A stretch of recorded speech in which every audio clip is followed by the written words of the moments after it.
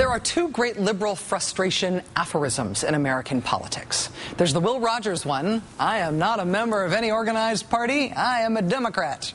And then there's the election year truism that Democrats fall in love while Republicans fall in line.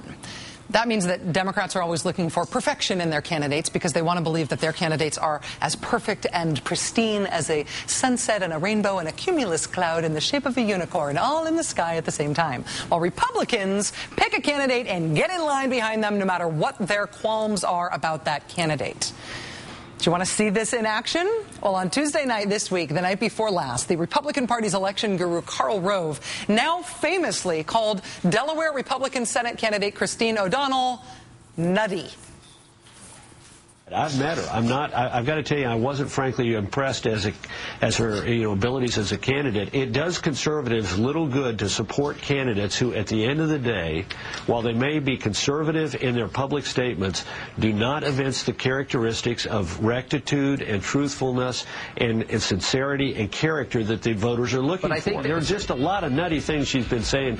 A lot of nutty things. Karl Rove, like all the other conservatives who had similarly expressed doubts about Christine O'Donnell, right after expressing them, making the mistake of expressing them, then got the memo. And within 48 hours, they turned that, there are a lot of nutty things about this person.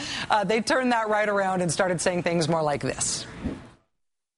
I'm also helping her. I've gotten so many people have written me an email saying, I'm irritated with you saying what you said the other night. I'm giving her a campaign contribution. I'm sending her a lot of internet contributions. Democrats fall in love, Republicans fall in line, and then they sign on that line. And Republicans are all falling in line here. The coming catastrophe is that, as is clear from the initial criticism levied by many Republicans and conservatives against Christine O'Donnell before they were all forced to get in line behind her, there are substantive reasons why folks were a little hesitant about Christine O'Donnell as a candidate in the first place. So we've got this coming catastrophe, right? We've got this incredible confluence of events around this woman's campaign. Republicans all falling all over themselves to get in line and endorse her as the new Senate candidate, the new Palin-esque star. And the unstoppable flood now of information about who exactly it is that they are endorsing and how she has made her political living. I think it's very interesting that President Clinton has come on a lot more charges and a lot more serious charges than what Newt Gingrich is being charged on. Yet we're not making as big of an issue. We're not forcing that he go to trial. We're not giving the case of Vincent Foster a fair trial when there is a lot more empirical evidence that Clinton is involved in wrongdoing. And then there's also the issue of murder with Vincent Foster. That's a much more serious charge than failing to seek legal advice. And yet we're all just blowing that off. We're totally blowing off how Bill Clinton murdered Vincent Foster. You want to see me shoot a pumpkin? Joining us now is the Washington editor of The Nation magazine and MSNBC contributor Chris Hayes. Mr. Hayes, it's nice to see you. Nice to see you, too. Shooting the pumpkin thing, is the Vince Foster thing enough of close enough in time as a conspiracy theory that the shooting the pumpkin, shooting the watermelon in the head to reference how Bill Clinton murdered Vince Foster? Yes. Does that date me? No, I mean, it's close. I mean, it does not. I will say this: it does not date you as much as her haircut in that clip. Well, but her hair's very nice in that clip. She was obviously fashionable. I was obsessed with Republicans trying to make Bill Clinton out to be a murderer. I mean, no, and that's the thing, right? Like, what was so funny about that coming out today was that Dave Weigel's like, oh, and we're done, and then it's like, well.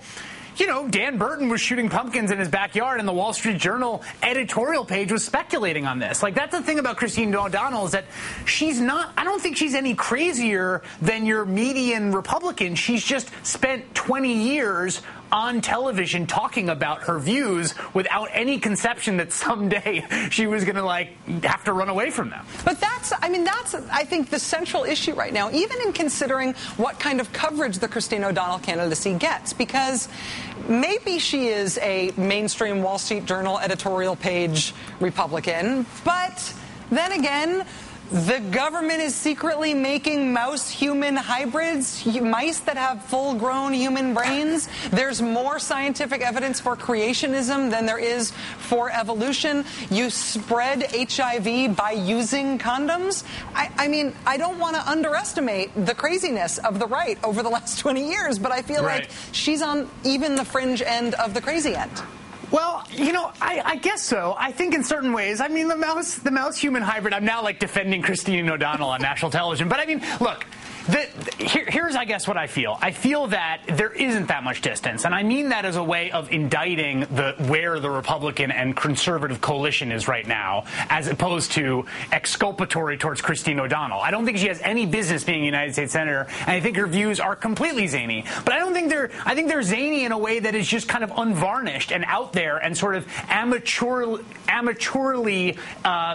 expressed over this long period of punditry, as opposed to so far outside the realm of what, you know, your average. I mean, look at Republican House members. They're saying things on the floor of the United States House of Representatives all the time that equal, maybe not the mouse-human hybrid, but other things. I have to disagree with you, though, because I feel like, actually, and this is true for Sharon Angle, too, both with Sharon Angle and with Christine O'Donnell, when I hear their clips of them talking to the media about conservative hot-button issues, I don't hear it as amateurish. I mean, it seems to me like they actually both sound very media-trained, very savvy. They get their subject-verb agreement right more often than I do, certainly, when I'm speaking extemporaneously.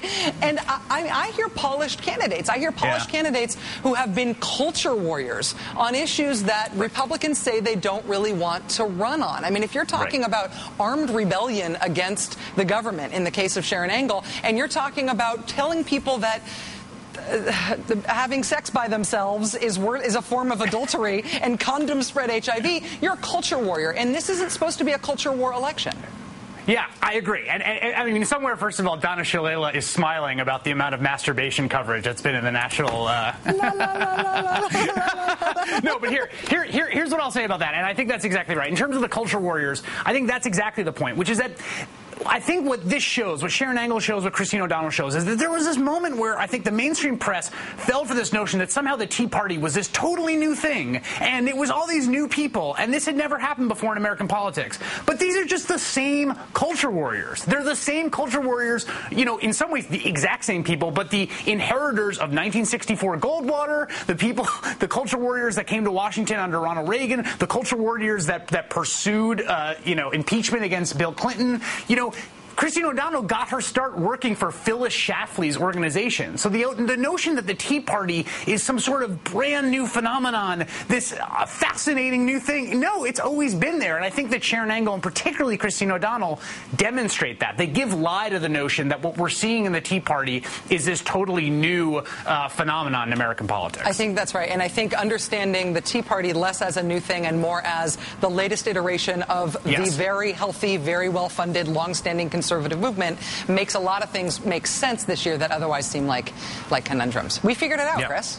I know. I'm so glad we got to agreement before the segment ended. Thank God. Otherwise, it would end up a bloodbath like it usually does. Washington editor of The Nation magazine and MSNBC contributor Chris Hayes. Thank you very much, Chris. Thanks, Rachel.